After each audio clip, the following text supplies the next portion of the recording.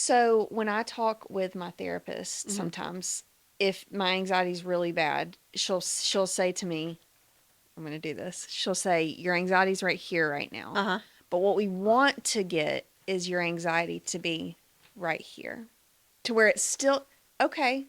Might still have our Yes. anxiety, Yeah. but it's right here.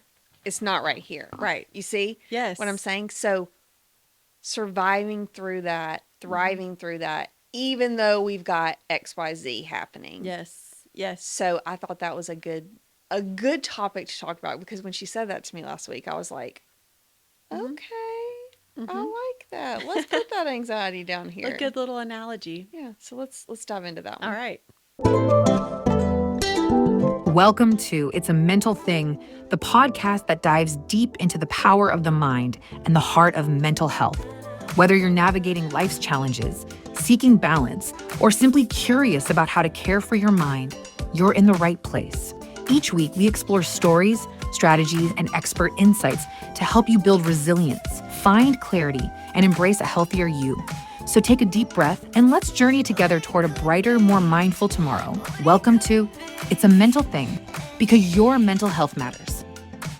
All right.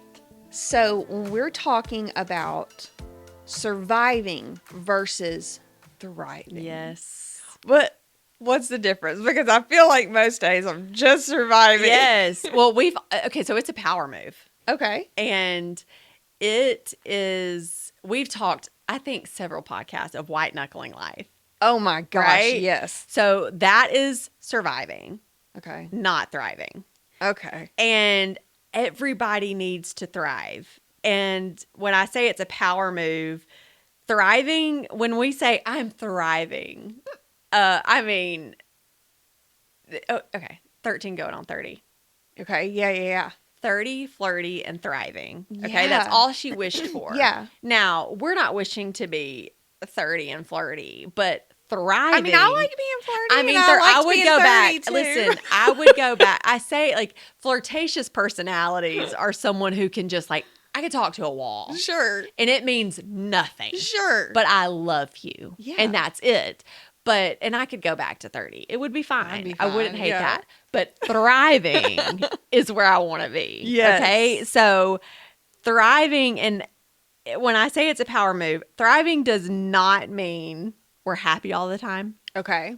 It does not mean we're always achieving constant success. Mhm. So it's like we're kind of like this sounds backwards, but I'm going to get there. Okay. It means that we're living with purpose. Ooh, I like So that. there is such a difference. So surviving is I'm living. I'm today. Hey, woke up today. Thriving is I'm living with purpose. I have energy. I have resilience. I have growth in mind. All of those things, even when life is hard. So that's thriving. So can I tell you something? Yeah. This is going to be a personal thing. And I didn't tell her I was doing this either. It just came to me. No. But, I've known you for several years at Oh, this yeah. point, right? Yeah. And you're thriving right now. And Nicole, I see it all over you. I feel like I am. And I'll tell you why. For so long, and that's why this topic is so passionate for me. And it's why in my practice, and especially with women, because I was in a place where I loved my job. Mm-hmm. I did. I loved my job. I loved my people. I still loved mental health. But a lot of stuff happened in my life from year 2019 to 2021, Mm-hmm. where I finally realized all I had ever done in my whole life is survive. I had never lived. I had never just thrived in life. And now I've never shied away from anxiety and panic disorder that I have. I've never shied away of being in therapy. I've never shied away from psychiatry. Right. But there was a time in my life where I was so embarrassed by that. And I was always, I say this as I'm still a good girl back. I was always the good girl of, Yes. I'm going to follow the rules. I'm going to make sure everybody loves what I'm doing. I'm going to make sure that everybody thinks that, they can come to me with all their so what I was doing for so long, well into my 30s, was just putting myself way down here, but making sure everybody else was way up here. And I didn't see anything wrong with that until I crashed and burned. I had a personal death in my family. COVID hit.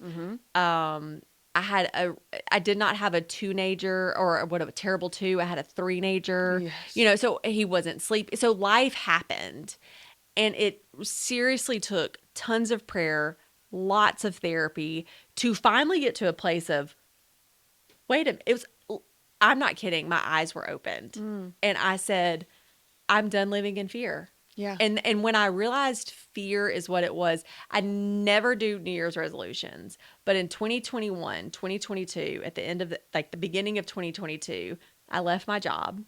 A New Year's resolution, a word came to me, and it was, I'm going to live without fear. And when I stuck with that, and I just would say no fear, over and over, because I was terrified. Yeah. Leaving a job that I'd only known, a salary that I'd only known. But when my therapist said to me, when you open your practice, you're going to be successful. All you have to do is pray for the Lord to fill the seats. And I was like, okay, didn't believe it. Yeah. I didn't believe in myself. And then when things started happening and I saw what Erica could do without fear, and of course the Lord played a role in that, I do feel like I'm thriving. And everything that I just listed, not happy all the time, not always achieving, but I'm living with a purpose. Yes. For a reason. I have the energy, and there's resilience. And that means when things don't go right, you bounce right back. Right. And everybody can do that, but it's on someone's timeline. It's yours. It's not like my timeline isn't your timeline. My friend's timeline isn't my timeline. And it's nobody's business to tell you when, right? You have to make that choice. So I appreciate you saying that. It's true though. I mean, like everything you're saying, and I'm thinking through like watching you over the past few years and just seeing, and even now when like if people don't like what you're doing right now, and you're still just like we're letting it roll off your back because you have a purpose. But that's where your energy comes in. And I think that's where thriving comes in, is we waste so much energy on caring about what other people think. And we waste so much energy on, well, what are they going to say about me if? Yeah. When our energy needs to be on ourselves, on our family, on our work, on the people we love, and the things we're passionate about. Yes. Our energy needs to go there, not on haters who are going to hate on us no matter what we do. And so I had to realize that. And thankfully, I do have such a huge support system, because I have changed, but because I'm no longer that little girl in the corner afraid anymore. Yeah. And I am so thankful for that. I cannot explain, in 4 years, the difference. And there's been a lot of bumps in the road and things that have helped me. But I say all of that for those people who feel like, no, I'm just surviving. I'm just moving day to day. I'm just living to be living. That it's sad, and But I think so many of us feel that way. yeah, Right? but I think it goes back to that people-pleasing personality that we all have. Yeah. And when we don't care, now, again, there has to be an amount of care. Don't hear me say you don't need to care about anything in this world. We have to care. We have to. Because we have families to take care of. I have a business to run, and you have to just have that energy and make sure that you are happy and that there's growth happening. Yeah. And so one of the things is that the biggest thing that people have to learn in learning to move from survival to thriving is a growth mindset. Okay. And that's hard for some people. Yeah. Yeah. Because you have to reframe your way of thinking.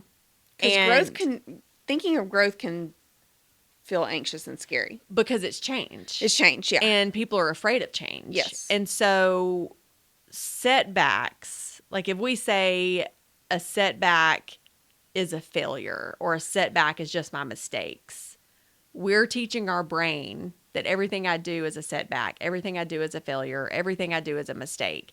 Instead of saying, I'm going to let this bother me, I'm going to look at setbacks as a learning situation. So I failed at seeing 6 patients today. I didn't do well at that. Okay. What if I said that every day? Instead of what I need to do is, what can I learn from what I didn't do today? Reframing.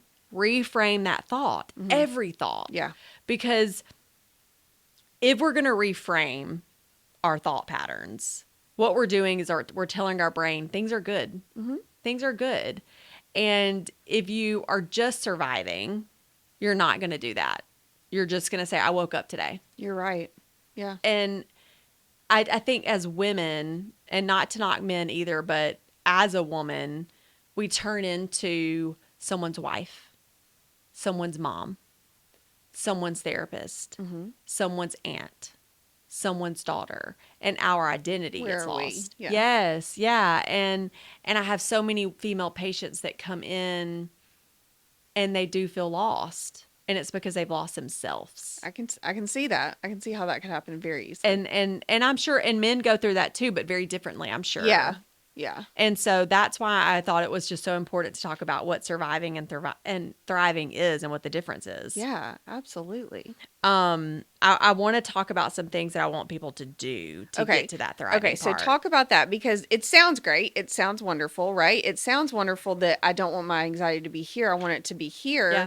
But how's that practically going to happen? What do you, so when she uses that analogy with you, right? So we've talked about labeling it, naming it, name what that anxiety is. And I think I talk about that in here too. So I'll talk about it. But when she gives you that analogy, because my therapist all the time says, put your anxiety to the side. Anxiety is a symptom of something that's happened. And when that symptom is activated, then we have anxiety. So when she's using that analogy with you, what are the topics? You don't have to go into specific, but what are the topics that you bring up that your anxiety is here? When is that usually the case? Okay, so I don't know. For example, if I've had a panic attack, right? When I'm driving. Yeah, Let's just say I've had a panic attack because when I'm that's your driving. biggest trigger, right? In the driving. Yep, it is. And so then when I get in the car again, I automatically start feeling this, right? And so she's saying there are times when it's literally right in front of my face and I can't get out of it. I can't do anything about it. It overwhelms me, right? But then there are times where, okay, yes, we talk through, my therapist and I, we talk through, here is what has happened. Yeah. What was the worst that happened? You've survived all your worst days up until now. And so we can set that anxiety. Maybe it still is there, right? It may still be there, and that's okay. But it's now at a manageable state. Yeah. To where I can still get in my car and drive. And maybe I do feel an inkling of that right here. I feel that it's still in the car with me. Right. But it's not overwhelming me. Right. It's not blinding me anymore. Yeah. And I think I would tell you too, what you've done is you've associated your car and driving with anxiety. Yes. And it's not the car you're afraid of. It's not the driving you're afraid of. It's the, what if I have an anxiety attack while driving? Exactly. And so, yeah, buckle that anxiety up next to you in the passenger seat. Right. Let it sit there. Right. It's not going to, and that's what I tell my patients. I have a Squishmallow in my office. It's a big one. And I tell my patients to name it and let them sit in that other chair. They're not part of this session. Right. They're here, but I'm only talking to you. Right. And I say that to myself too, because if I had a panic attack at work one day, years ago, and I associated that same room with that fear every single time I passed it. Yes. Until I finally said, wait a minute, I'm not afraid of that room. I'm afraid of what happened in that room. And so I think that's a really good thing that your therapist did is anxiety is there and it's a symptom, but you've associated driving with what if it happens? I'm white knuckle driving, or am I driving and it is okay. Yeah, Like, you're going to go ahead and buckle it up. right. Here, you sit here. I'm going to Yeah. buckle you up. You're safe, but I'm over here doing my thing. Mm-hmm. And that's how we have to be. Right. And you're going to thrive now with driving. We're thriving. Yeah. We're not going to fear it. We're not going to just survive to get to our next spot. Right. Because anxiety isn't going to be your blind spot anymore. Right. And that's what we have to do. And so these things with that growth mindset is reframing that thought. Okay. Setbacks, not a setback, but what could I have done differently? Right. In this situation, I'm driving. I didn't have to have anxiety be my blind spot. I could have buckled it up and said, hey, you're going to have to wait till this situation's over. Right. And move on. Now, that sounds so easy. It's not. Been there, done that. But when we change that and we do that narrative every single time, you're going to thrive. And it sounds silly, but thriving while driving, that's new to you. Yes. That would be something that is a huge win for you. Yes. So I want people to start saying these things to help them thrive. Okay. Okay. So I want, it's so cliche therapy things, but writing 3 things Sure. down that you're grateful for every morning and every night. Okay. Like Just actually 3. journaling. Yes. And even, Okay. and we have our phone, so bullet point it in your notes app. Okay. What are we grateful for that happened today and tonight? And the reason why we're doing that is because it's going to start building resilience up, and it rewires that brain to look for only the good. Okay. Okay, grateful for. I'm grateful this morning. I'm grateful for that I woke up. My family is safe and healthy, and I get to do what I do. So those are things I'm grateful for today. Now, I don't know what time it is, but what happens by the end of tonight, I'm going to think of 3 things that by this nighttime, I'm grateful I have a bed. I'm grateful I have a bedtime. Ooh. And I'm grateful that I get to rest well. It doesn't have to be rocket science stuff. Right. It doesn't have to be huge, No. grand gestures. No. It can be little bit air in my precious lungs. things. Air in Yeah. my lungs. That's it. But those just 3 for morning and evening, it's building that resilience, it's changing our mindset, and it's actually rewiring the brain to say, I'm only fueling my brain with good stuff. I like that. So that's one of the things. Now, here's what I was talking to you about. Okay. Name it to tame it. Name it to tame it. So I make all my patients name their anxiety. Like a real name? Like give it a name.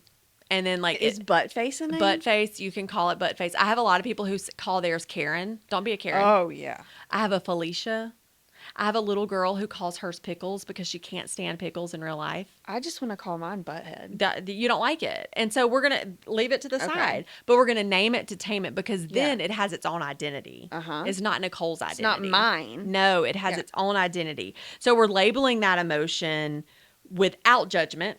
The name, so be it. I named mine Bing Bong from Bing Bong Inside from Out. Inside Out, yeah. Right. Because even though that's a silly name, sometimes anxiety can be really silly. I feel like I should have the silly. cute little anxiety action figure that I have in the playroom to show. But it's that part of it is what we have to do. Like it's without judgment. We name it to tame it. Okay.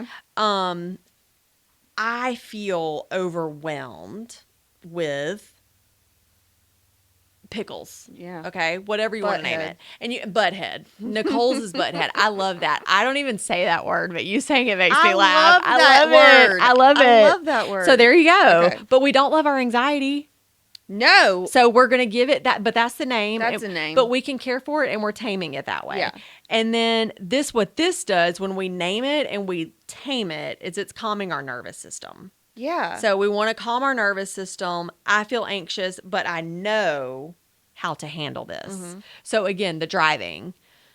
I've associated this car and this driving with anxiety. However, you're buckled up over here. I've tamed you. I can handle this. Yes. That's where you have to start associating that because you have associated your car with something bad and we have to disassociate that part. Breath work and meditation. So It's this is so, good. I know It's we've talked about it. I love good breath work. Until you practice it and know that it works. You think it feels silly until Yes. you do it, and then you're like, And then you feel it. Look, your whole body just like changed. Yes. it's so good. And it's so like, and this is, I'm only asking you to do this 5 to 10 minutes a day. Easy. And what that does is it's training again, we're talking about all the chemicals in our brain. So it's training our brains to respond instead of react. So when we respond, we want to respond in a healthy way instead of react in like a true negative thinking, I'm mad at my anxiety. We want to respond in a healthy way. We do not want to react in a negative way. So there are apps that help us do this meditation. Yeah. Okay. So there's the Insight app.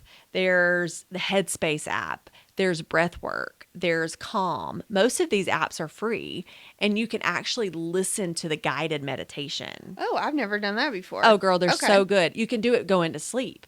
It'll put you to sleep. It'll say, now take a deep breath in. We're getting ready to relax. Think of your head on the pillow. Like all of the things. I'm doing that tonight. And you're asleep and you don't even know it. So what it is it's calming our nervous system. So that's why I like to do yoga because it does the same thing for me. It is. It's as she's talking us through it. Yes. Okay. And that is what we have to do. So journaling sounds so cliche, but these are just some coping skills that I've told people. Journaling, music, any kind of talk therapy, talking to a friend, walking, getting exercise and movement. Those things help us. That plays a huge part. Mm-hmm. But the problem is when you're stuck in a cycle of whatever it is, depression, anxiety, you don't want to move. You don't lack of motivation. Energy, but it's like that's the thing that will help you so much. If you can just force yourself out there. It's the movement. It's so and good. What our body craves, because what we want to do when we're not thriving and we're just surviving, instead of moving, what does our body initially want to do? What do you think? Sleep. Curl up and sleep. Cocoon. We want to go lay down. Yeah. We want to forget the day happened. And we want to pretend that tomorrow's going to be a different day. Yeah. Here's my favorite part. Okay. And I left this for this is for last. So we're thinking of thriving Erica, thriving Nicole, thriving audience, right? Service and contribution. Something people may never think of as far as like giving themselves back to someone else. So small, tiny acts of kindness can really, really, really boost your energy and your mood. So it makes you feel more alive. It makes you feel more wanted. It makes you feel more appreciated. It makes you feel like you've done something well for other people. Yeah. It also makes you feel less alone. It does. You know what I mean? Like giving. Yeah. There was one time where I was probably at one of my lowest in like 2019, 20-ish. I had left work. I had went to CVS to get like a snack. And there was a woman there who was walking. Now, I don't know if I like say to do this all the time, but I felt led to. Right. She was clearly in a place that she couldn't walk anymore. And her house was literally right next door to CVS. And I said, can I help you? And in that moment, not to brag about myself, but the words, can I help you? And she started crying and she said, I can't, my house is right there, but I have to push this buggy to get home. I'll sit in the back seat if you'll just drop me off at the neighborhood. So thought about it, surveyed my situation. Right. And I said, sure. Dropped her off. She cried again and she walked into her home. Now, what that made me feel like, not, I did such a good deed. Right. But the feeling inside that I was able to help someone that didn't ask for help made my whole day different.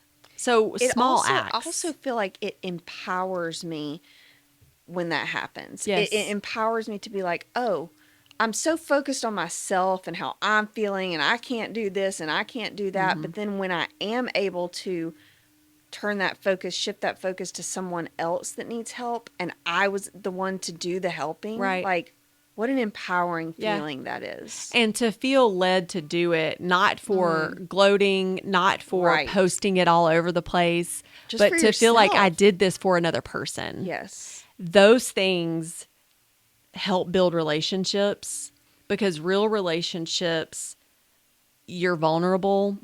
They may be vulnerable.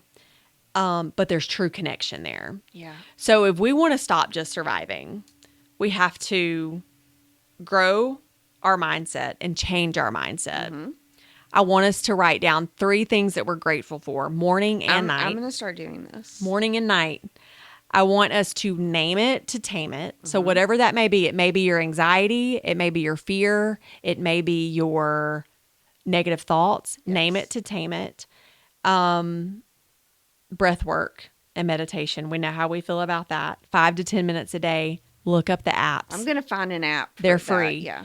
And then the journaling, your music, talk therapy, all the things that, like when you mentioned the change in me, like I did all these things, but it doesn't happen overnight. Yeah. So, and then making sure that we're doing something kind for other people. Those little, it sounds like little things, but it changes who we are and who we want to be. And it helps us realize that we don't have to just survive, that we really can thrive in the life that we live.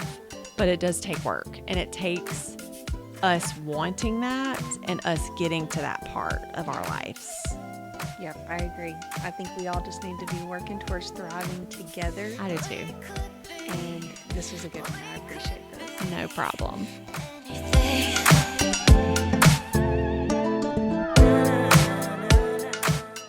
Be sure to follow our podcast on your favorite platform or find us on YouTube. Just a quick note. If you're facing a mental health challenge, we encourage you to seek help from a licensed therapist like Erica or a healthcare provider. Remember, your well-being is personal, and only a professional can provide guidance tailored to your unique needs.